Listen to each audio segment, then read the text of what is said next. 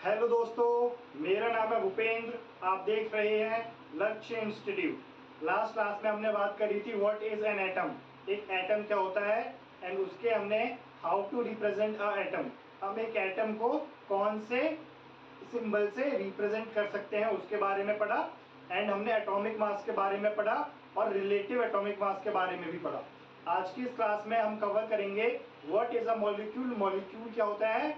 Molecule of an element, molecule of a compound, and we will discuss about ions which are differentiated into two columns, cations and anions, and we will see how to write the chemical formula of a compound. चलिए start करते हैं इस class के first question से, जो कि है what is a molecule. तो जो पहला क्वेश्चन है आज का वो है व्हाट इज अ मॉलिक्यूल। एक मॉलिक्यूल क्या होता है? तो मॉलिक्यूल की डेफिनेशन कुछ इस तरीके से है, it's a group of two और more atoms combined chemically and are held together by attractive forces। तो एक मॉलिक्यूल क्या होता है? तो मॉलिक्यूल क्या होता है? It's a group of two और मोर एटम। एक मॉलिक्यूल क्या होता है? ग्रुप होता है दो या दो से ज्यादा एटम्स का, जो कि केमिकली कंबाइंड होते हैं और जिनको पास रखती हैं अट्रैक्टिव फोर्सेस, उनको हम मॉलिक्यूल्स कहते हैं। जैसे हमने एग्जांपल ले लिया मॉलिक्यूल्स का, हीलियम का एक एटम ये एक मॉलिक्यूल है, ऑक्सीजन का एटम ये एक मॉलिक्यूल है, H2O ये भी एक मॉलिक्यूल है, एंड C6H12O6 ये भी क्या है? मॉलिक्यूल है, एक्सेट्रा। ये बहुत सारे मॉलिक्यूल्स के एग्जांपल्स हैं।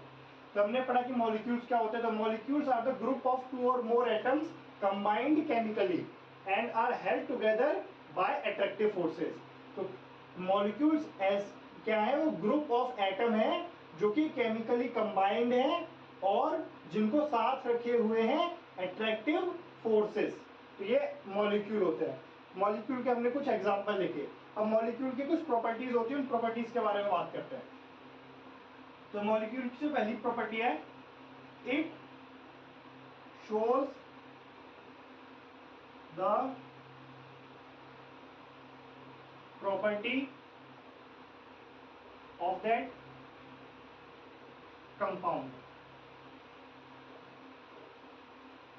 तो हर एक मॉलिक्यूल जो होता है वो अपने कंपाउंड की प्रॉपर्टीज को ही शो करता है। जैसे अगर हमने पानी लिया तो पानी क्या है? एक कंपाउंड है H2O, और उसी का जब हम एक मॉलिक्यूल लेंगे H2O, तो जो H2O है वो क्या करेगा? वाटर की ही केमिकल प्रॉपर्टीज को क्या करेगा? शो करेगा। तो ये पहली बात थी जो कि हमने पढ़ी मॉलिक्यूल के बारे में। आई होप आप सबने से उतार लिया होगा। अब हम कुछ और बातें भी करेंगे।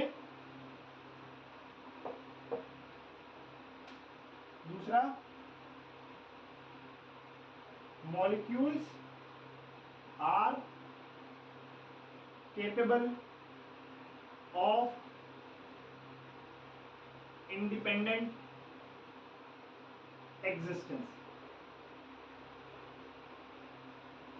जो मॉलिक्यूल हमारे होते हैं वो क्या होते हैं? Capable of independence existence. इसका मतलब है वो अकेले ही नेचर में हमें रह सकते हैं, स्टेबल रहते हैं। जैसे कि अगर हम बात करें यहाँ पे एग्जांपल लेके, CO2 का एक CO2 एक मॉलिक्यूल है, ये कंपाउंड, इस कंपाउंड का हमने वन मॉलिक्यूल लिया, वन मॉलिक्यूल। तो CO2 का जो मॉलिक्यूल होगा CO2, वो क्या करेगा? ये इंडिपेंडेंस एग्जिस्टेंस करता है, मतलब ये अकेले ही रह सकता है, इसे इंडिपेंडेंट एग्जिस्टेंस। इसका मतलब है जो मॉलिक्यूल्स होते हैं वो नेचर में फ्रीली एग्जिस्ट कर सकते हैं। तो CO2 का एक मॉलिक्यूल जो है CO2, ये क्या है? ये फ्रीली एग्जिस्ट कर सकता है नेचर में। मतलब हमें नेचर में कैसे मिलता है? CO2 की फॉर्म में मिलता है। और एक और, ये थी दो प्रॉपर्टीज जो कि मॉलिक्यूल के बारे में थी। तीसरी प्रॉपर्टी क्या है? तीसरी प्रॉपर्टी ये है, different atoms combine to form molecules।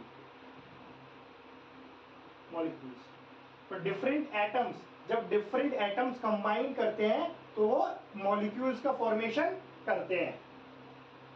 जैसे कि हमने देखा एग्जांपल इसका H2O। तो H2O में कौन से दो एटम है? H का है एंड O का एक एटम है। मतलब H का एक एटम है और O के कितने एटम्स हैं?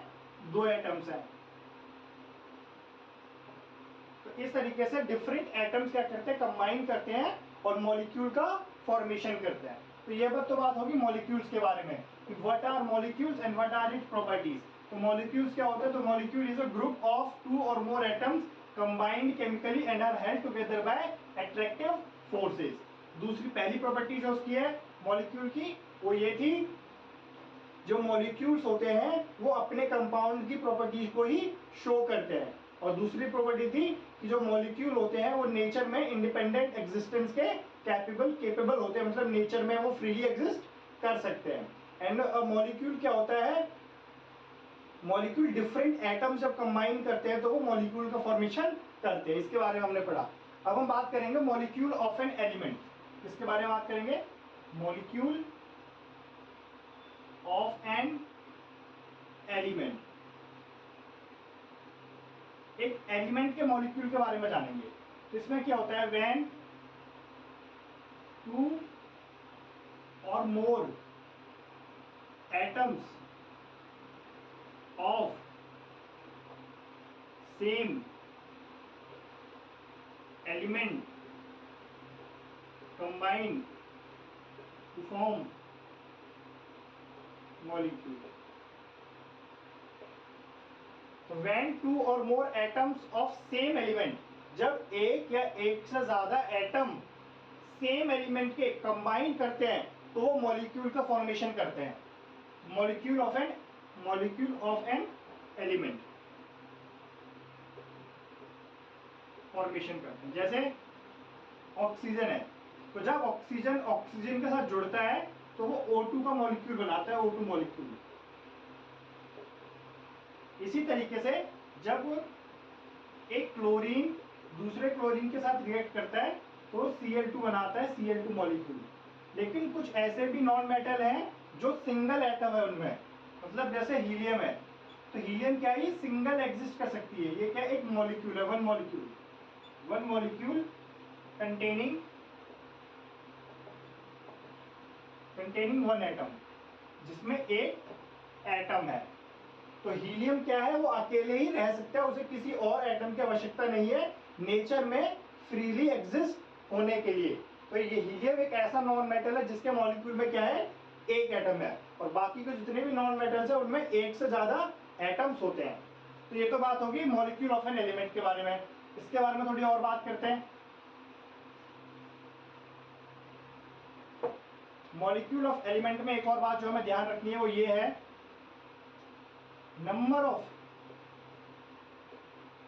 नंबर ऑफ एटम्स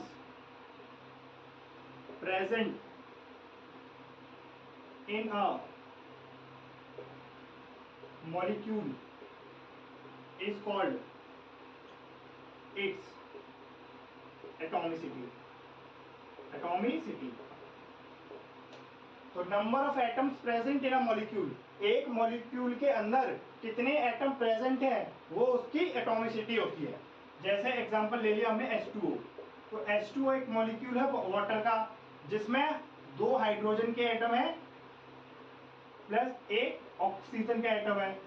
तो इसमें कितने हो गए टोटल एटम? 3 एटम हो गए। तो ये क्या होगी? 3 इसकी क्या होगी? Atomicity.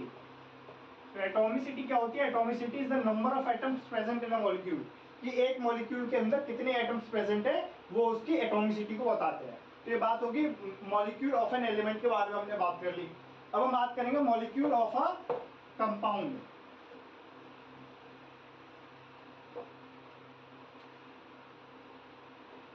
Molecule of a compound, इसमें हम लिखेंगे when more than two or more, 2 or more atoms of different element combine together to form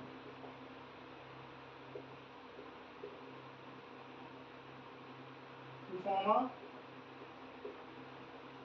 molecule of a compound. तो मॉलिक्यूल ऑफ अ कंपाउंड क्या होता है? जब दो या दो से ज्यादा एटम्स डिफरेंट एलिमेंट के कंबाइन करते हैं एक दूसरे के साथ, तो वो एक मॉलिक्यूल ऑफ अ कंपाउंड का फॉर्मेशन करते हैं. जैसे एग्जांपल इसके लिए हमने H2O.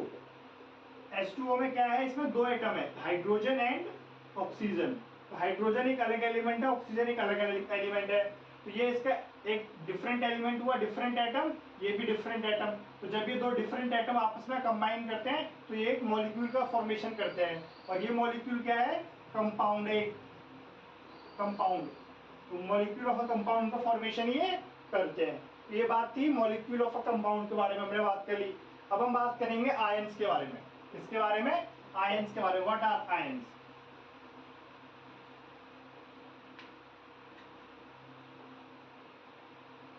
What are ions? आयंस क्या होते हैं? तो आयंस की डेफिनेशन कुछ इस तरीके से है, एटम और group of atom have a net charge on them are called ions. तो आयंस की डेफिनेशन क्या होती है? What are ions? तो एटम्स और ग्रुप ऑफ एटम, एक सिंगल एटम या ग्रुप ऑफ एटम के ऊपर जब भी नेट चार्ज हो, नेगेटिव या पॉजिटिव, तो उनको क्या कह देते हैं? हम आयंस कह देते हैं. अब जो आयंस होते हैं वो दो तरीके के होते हैं. एक होते हैं कटायन और एक होते हैं अनायन. तो जो कटायन होते हैं वो होते हैं जिन पे प्लस चार्ज हो. क्या हो? Plus charge. और अनायन जो होते हैं उस पे क्या होता है? नेगेटिव चार्ज हो. तो जिसपे नेगेटिव चार्ज हो अनायन और जिसपे पॉजिटिव चार्ज हो वो कटायन. तो ये व्हाट आर आयंस, आयंस के बारे में. तो आयंस क्या होते हैं? आयंस ऐसे एटम्स होते हैं या ऐसे ग्रुप ऑफ एटम होते हैं जिनके ऊपर एक नेट चार्ज होता है. अब वो चार्ज नेगेटिव भी हो सकता है और वो चार्ज पॉजिटिव भी हो सकता है. अगर वो चार्ज नेगेटिव है तो उन आयंस को हम अनायंस कहेंगे. अगर वही चार्ज पॉजिटिव है तो हम उनको कटायन कहेंगे जिन पे पॉजिटिव चार्ज होता है. तो ये बात है आयंस के बारे में. अब हम कटायन और अनायन के कुछ एग्जांपल्स देखेंगे. आई होप आप सबने सुधार लिया.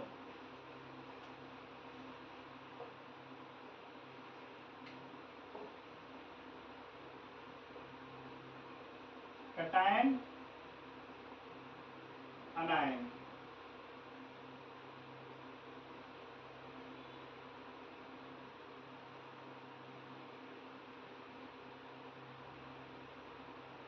पहले बात कर लेते हैं cation.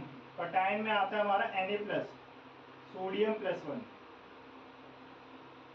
Calcium +2, magnesium +2, potassium K+1, aluminium +3, copper +2, zinc +2, sodium, calcium, magnesium, potassium, aluminium, copper, zinc, lead, Pb+2, etcetera. These are cations. इन पे क्या है? पॉजिटिव चार्ज है. अब कुछ अनायंस के बारे में बात कर लेते हैं, जैसे chloride ion, bromide ion, iodide ion, fluoride ion, oxide ion, CO3 carbonate ion, SO4-2 sulphate ion, nitrite ion, nitrate ion, and etc. मैंने कुछ एग्जांपल्स लिखे हैं, कुछ कटाइंस के एग्जांपल लिखे हैं मैंने, कुछ अनाइंस के लिखे हैं। कटाइन में क्या क्या है, सोडियम आयन है, कैल्शियम आयन है, मैग्नीशियम आयन है, पोटेशियम आयन है, एल्यूमिनियम आयन है, कॉपर आयन है, जिंक है, लेड है और एटसेट्रा। फिर हमने अनाइंस में क्या पढ़ा, chloride, bromide, iodide, fluoride, oxide, carbonate, sulphate, nitrite, nitrate and etcetera. तो ये कुछ एग्जांपल्स थे कटायन और अनायन के। अब हम देखते हैं कि हम इन कटायन और अनायन की मदद से कैसे किसी भी कंपाउंड का केमिकल फॉर्मूला लिखते हैं। आई होप आप सबने इसको उतार लिया हो, और जो भी इसमें मिसिंग है वो मैं आगे जैसे जैसे वीडियो में बढ़ेंगे, क्लास में पढ़ेंगे, तो हम उसके बारे में पढ़ते रहेंगे।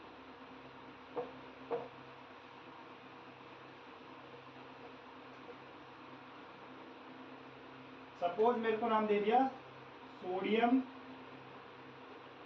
क्लोराइड। तो जो मेरा सोडियम है वो तो होता है Na+, और जो मेरा क्लोराइड है वो तो होता है C-1। और सोडियम पे कैसा चार्ज है, +1, क्लोराइड पे कैसा चार्ज है, -1। तो सोडियम को करेंगे -1 से मल्टीप्लाई, क्लोराइड को करेंगे +1 से मल्टीप्लाई। जब सोडियम को -1 से मल्टीप्लाई करेंगे तो जाएगा सोडियम 1, और क्लोराइड को 1 से करेंगे तो भी क्या है, क्लोराइड 1। 1 को लिखने की जरूरत नहीं है, तो हम ऐसे लिख सकते हैं NaCl, और हम इसको ऐसे भी लिखते हैं Na+Cl-, सोडियम क्लोराइड। तो ये क्या हुआ, सोडियम क्लोराइड का फॉर्मूला हुआ। अब हम बात कर लेते हैं जिंक कार्बोनेट की। जिंक कार्बोनेट, तो जिंक हमें पता है, जिंक का Zn होता है, कार्बोनेट का CO3 होता है। जिंक के पास होता है +2, इसके पास होता है -2। तो जिंक को 2 से मल्टीप्लाई करेंगे, कार्बोनेट को भी 2 से मल्टीप्लाई करेंगे, Zn2 एंड CO3 का whole twice.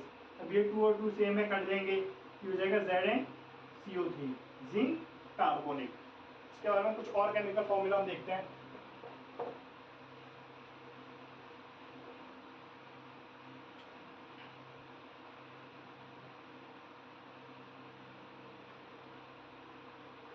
Aluminium sulphate, aluminium का होता है सिंबल Al, जिसके पास चार्ज होता है +3। सल्फेट का होता है SO4, जिसके पास चार्ज होता है -2। Al को तो 2 से मल्टीप्लाई करेंगे और सल्फेट को 3 से, Al2 SO4 का होल थ्राइस। ये एल्यूमिनियम सल्फेट हो गया। अब हम बात करते हैं सोडियम पोटेशियम क्लोराइड की।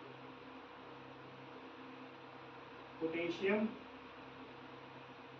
क्लोराइड, पोटेशियम होता है K, क्लोराइड होता है Cl, ये भी 1, ये भी 1।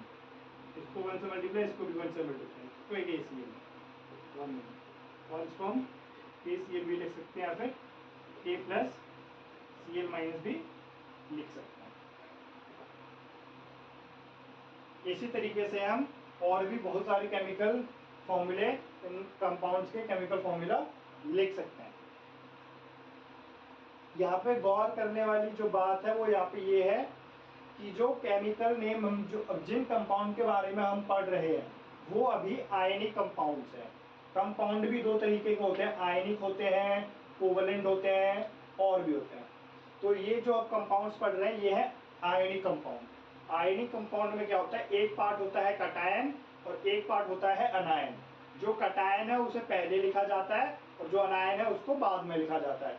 और जनरली जितने भी हमारे कटायन होते हैं वो हमारे मेटल्स होते हैं, और जितने भी अनायन हमारे जो होते हैं वो नॉन मेटल होते हैं। तो ये कुछ एग्जांपल्स थे केमिकल फॉर्मूलाज के। हम और फॉर्मूलाज के बारे में भी लिख सकते हैं।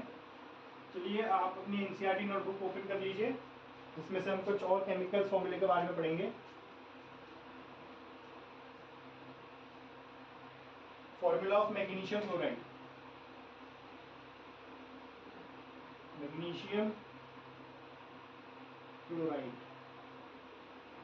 मैग्नीशियम का पता है हमें Mg, इसके पास चार्ज होता है +2। क्लोराइड के पास होता है Cl-1। Mg को 1 से, Cl को 2 से।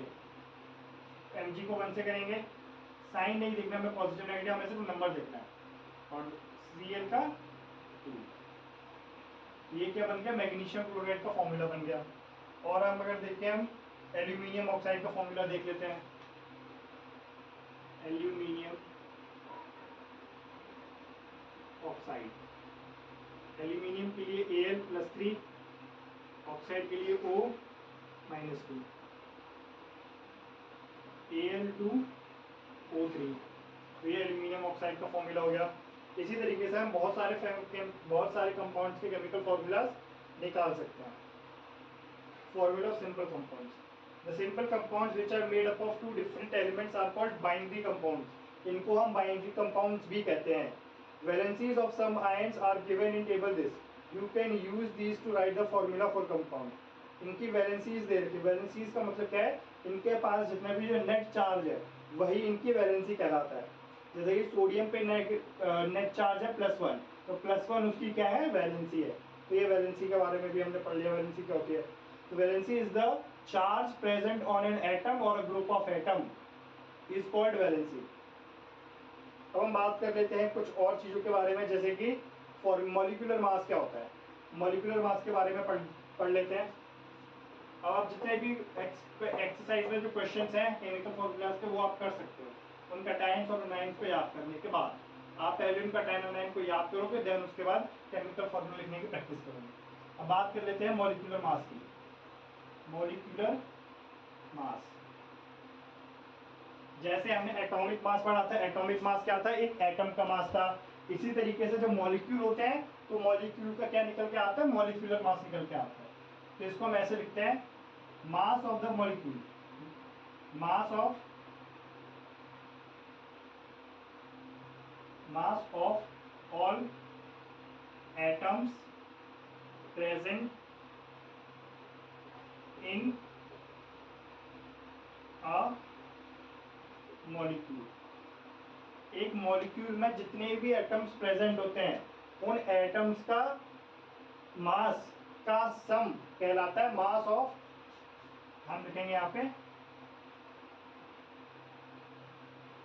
सम of mass of all atoms present in a molecule. जैसे एग्जांपल लिया हमने H2O, तो H2O में क्या क्या, हाइड्रोजन भी है एंड ऑक्सीजन भी है। हाइड्रोजन का मास होता है 1/2 प्लस ऑक्सीजन का कितना होता है 16/1, 1/2 2, 16/1 16, 16 + 2 18। तो 18 क्या हो गया, मॉलिक्यूलर मास आ गया किसका, H2O का। इसी तरीके से हम और भी मॉलिक्यूल्स के मास निकाल सकते हैं। जैसे हमने ले लिया पोटेशियम क्लोराइड KCl, तो पोटेशियम क्लोराइड में क्या होता है, पोटेशियम का जो मास होता है वो होता है 39/1 प्लस क्लोराइड का होता है 35/1। 39 + 35, 54 594 7 74 AMU या फिर U ग्राम्स। तो ये उसका मॉलिक्यूलर मास निकल के आ गया। तो इस तरीके से हम किसी भी मॉलिक्यूल का मास निकाल सकते हैं। तो मॉलिक्यूलर मास क्या होता है, molecular mass is the sum of mass of all atoms present in a molecule. एक मॉलिक्यूल में जितने भी एटम प्रेजेंट हैं, उन सारे एटम के मास के सम के बराबर जो चीज निकल के आएगी, जब हम उन सारे एटम्स के मास को जोड़ देंगे तो जो चीज आएगी वो आएगी molecular mass of a molecule. इसीलिए उसको मॉलिक्यूलर मास भी कहते हैं, या कभी कभी इसे मोलर मास भी कह देते हैं। क्या कहते हैं, मोलर मास।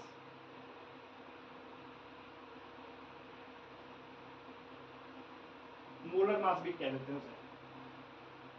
तो ये मॉलिक्यूलर मास के बारे में बात कर ली हमने सारी। देन देखते हैं कोई और टॉपिक तो नहीं रह गया हमारा।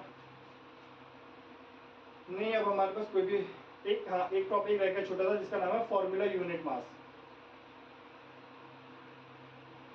फॉर्मूला यूनिट मास देख लेते हैं।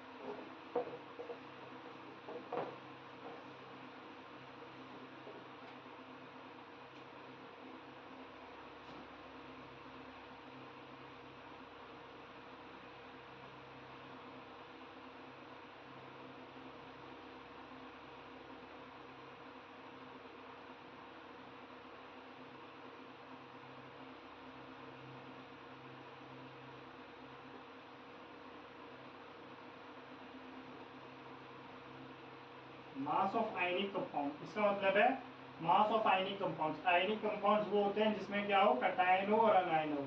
तो इसमें कटायन भी है और अनायन भी है, तो ये क्या कहलाएगा, एक आयनिक कंपाउंड कहलाएगा।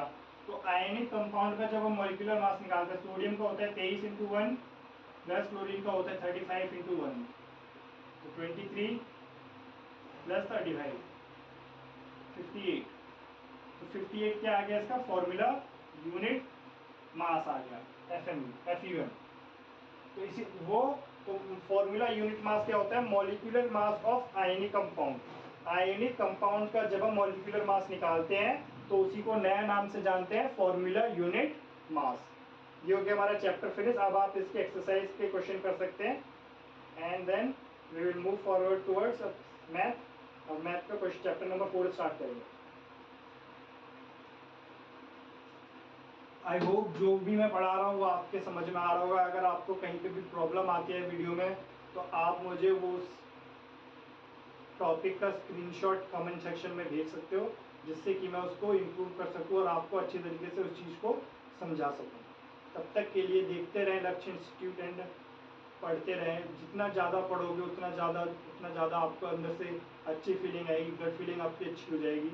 आप में एक सेल्फ कॉन्फिडेंस डेवलप होगा, जो कि आज की डेट में बहुत बहुत ज़्यादा ज़रूरी है। सेल्फ बिलीव होना चाहिए। जिन बच्चों के पास सेल्फ बिलीव नहीं होता, वो हमेशा डरते रहते हैं कि मेरे साथ क्या होगा, एग्ज़ाम ऐसा गया वैसा गया, तो वो बच्चे फ्यूचर में जाके कुछ नहीं कर पाते। इसीलिए निश्चिंत रहें, अपनी पढ़ाई को डेली कुछ न कुछ पढ़ें। ये नहीं कि आपने एक दिन में 4 घंटे पढ़ाई कर ली तो दूसरे दिन या तीसरे दिन आप पढ़ ही नहीं रहे हो कि ये बोलते मैंने तो कल ही पढ़ लिया था। ऐसा नहीं करना है, आपको डेली पढ़ना है। डेली आपको कम से कम आधा एक घंटा निकाल के अपना सेल्फ स्टडी करनी है, जिससे आप अपनी जो मिस्टेक्स हैं उसको इम्प्रूव कर सको, अपनी नॉलेज को और भी ज़्यादा इम्प्रूव कर सको। Thank you.